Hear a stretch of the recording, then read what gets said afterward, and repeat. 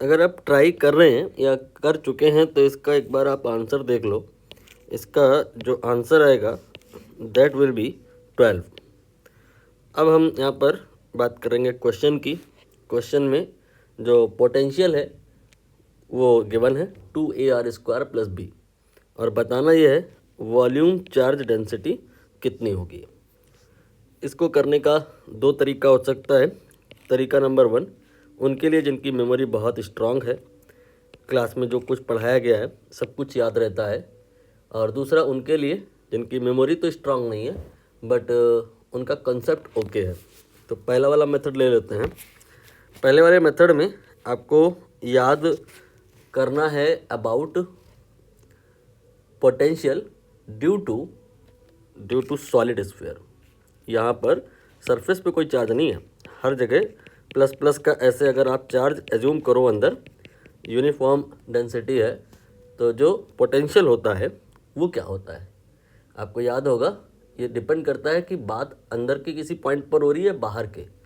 अंदर के पॉइंट के लिए जो पोटेंशियल फंक्शन था that was v = vs then 3/2 then r²/2r²। Maybe ये आपको याद ना हो बट कोशिश करिए धीरे धीरे याद करने की, क्योंकि इसमें बहुत सारे डायरेक्ट रिजल्ट छिपे हुए हैं। फॉर एग्जांपल सेंटर पे यहाँ अगर r0 रख दे तो जो v आएगा वो vs का 3/2 आएगा। ये बात कई बार पूछी गई है।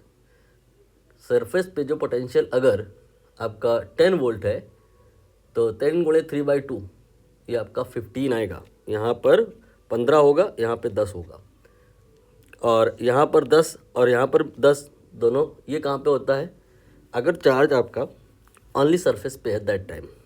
अब मैं डिस्ट्रैक्ट हो रहा हूँ, मुद्दे पर आ रहा हूँ। आप यहाँ Vs की वैल्यू को रिकॉल करिए। Vs जो होता है वो Es × R होता है। Vs क्या है पोटेंशियल सरफेस पे, और Es क्या है फील्ड सरफेस पे।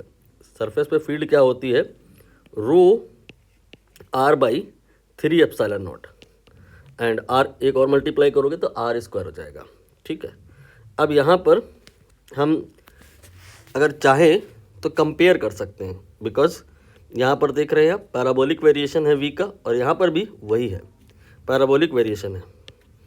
तो यहाँ पर r² का जो कोफिशिएंट है दिखाई दिया होगा आपको वो 2a है, और यहाँ पर सावधानीपूर्वक देखिए r² का कोफिशिएंट क्या आएगा, माइनस में आएगा vs then multiplied by what 1/2r²। vs की वैल्यू यहाँ पर जो आप ये कहे हो रख दो 2a देन माइनस vs की वैल्यू रखनी थी ρr² divided by 3ε0 then 1/2r²।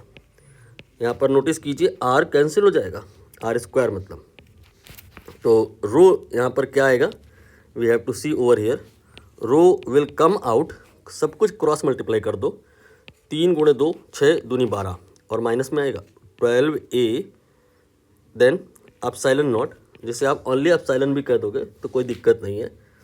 यहाँ पर क्वेश्चन में एक्चुअली इन्होंने ओनली एप्सिलॉन कहा है। माइट भी हो सकता है किसी मीडियम में बात हो रही हो, वैक्यूम में ना हो रही हो, तो फिर ε0 नहीं लिखा है इन्होंने, एप्सिलॉन लिख दिया, वो इतना बड़ा इशू नहीं है।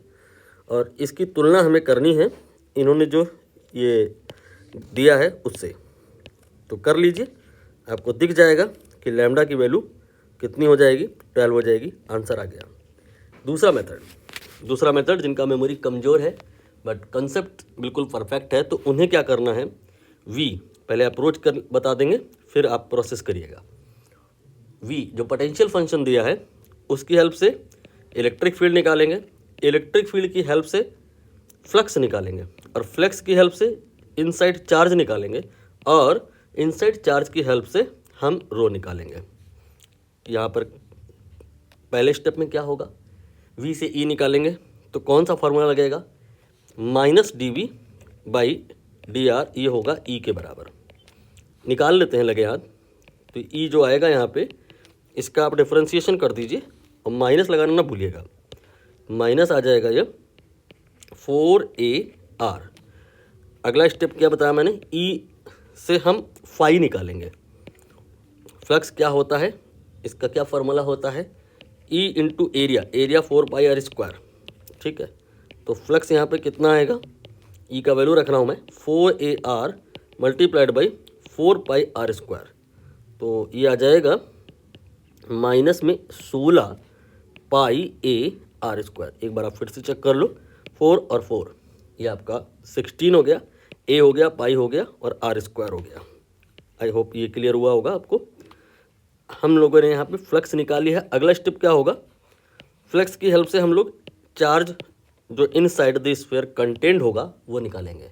इसके लिए हम लोग गॉस लॉ का यूज़ करेंगे, वो होता है phi equal to q by epsilon naught. ये you can say q equal to 5 multiplied by epsilon naught, only epsilon भी लिख सकते हैं। तो यहाँ पर जो हमने फ्लक्स निकाला है उसमें ओनली एप्सिलॉन नॉट का मल्टीप्लिकेशन होगा। तो ये आ जाएगा -16πA then E0 then r²। ये आपने निकाल लिया है जो इनसाइड चार्ज होगा। ठीक है, मुझे लग रहा है कहीं पर हमने गलती करी है। गलती क्या करी है, v का डिफरेंशिएशन किया, ये ठीक है, और e का वैल्यू आया, एक यहाँ पर मिस्टेक हुई है।